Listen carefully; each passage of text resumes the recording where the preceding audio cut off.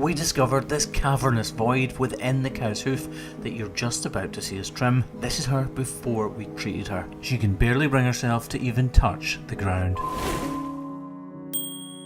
So here is cow 4710, and as you can see, she is really struggling to even use that back right foot. I know that it's highly likely she has a fluid-filled cavity within this foot, but at this point in the trim, I cannot be certain. All I know is that this claw here on the outer side is larger than it should be, and that's most likely where the problem is going to be. This little dot is of real interest. I believe that black spot will be the key to fixing and making this cow pain-free. First off, I grab my grinder, I balance up both of the claws. This is the routine part of the trim, as a lot of you will now know. It's vital that we do this before we do anything else, because we need to make sure we can balance the two claws and that nothing untoward arises its ugly head before we treat the problem, because if something else does crop up, we may end up treating the main problem in an entirely different way. I model out the base of her sole before attacking and releasing the problem.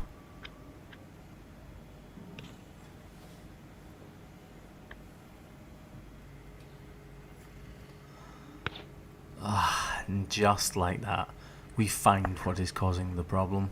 You guys already knew it was there, but the relief for me trimming in reality in real time is immense, because I know I can now attack the problem head on. But at this point in the trim, I've no idea of the absolutely colossal cavity that is hiding underneath all of that overburdening hoof horn. I now know for absolute certain what has been causing this cow all of that pain, so I grab the grinder and buff off her medial or inner claw on this back foot so that it can take a block and be glued in position to lift that sore affected claw high up off the ground. Basically, she'll be wearing a high heel on one foot, which raises the other foot up off the ground. I prod and press at her feet to try to understand the extent of her problems. Remember, you guys have had foresight, you know what is coming, but I need to try to understand and navigate my way around this foot. So using my grinder, I begin to reduce the overall size of this hoof, so that hopefully there is less knife work for me to do. That being said though, the knife work is where we make our money.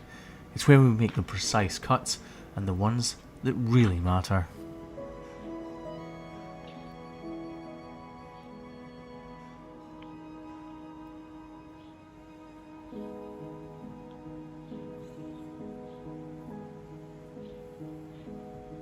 I was expecting more fluid to empty from the cavity, which is why you can see me manipulating the foot here in an effort to see if it will. I know this cavity is big, but something makes me want to look inside, and when I do, I begin to realise the enormity of the hole that is hidden from view right now within this cow's foot.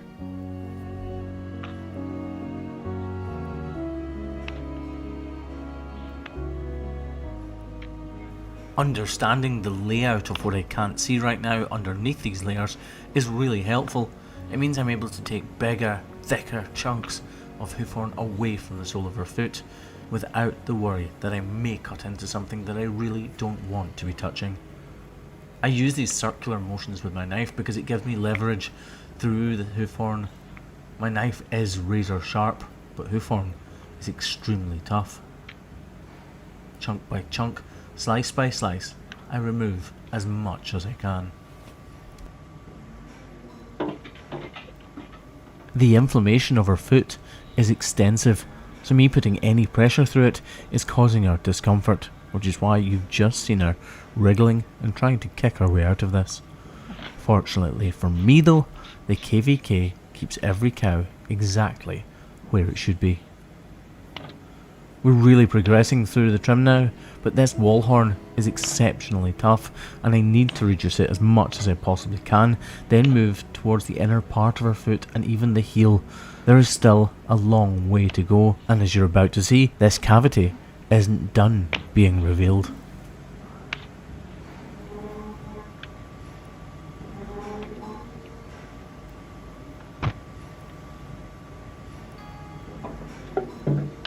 With trims like this, one false move and you'll make a mistake.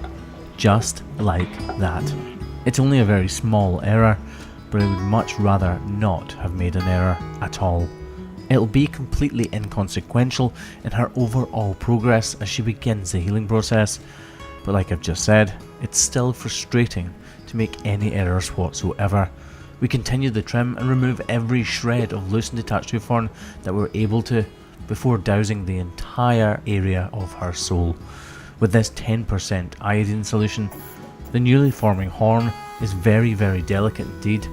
It's soft and it can be easily penetrated by anything lying on the ground, so I want to dehydrate those outer layers of new hoof horn using that iodine and the salicylic acid under the wrap that Kev just applied.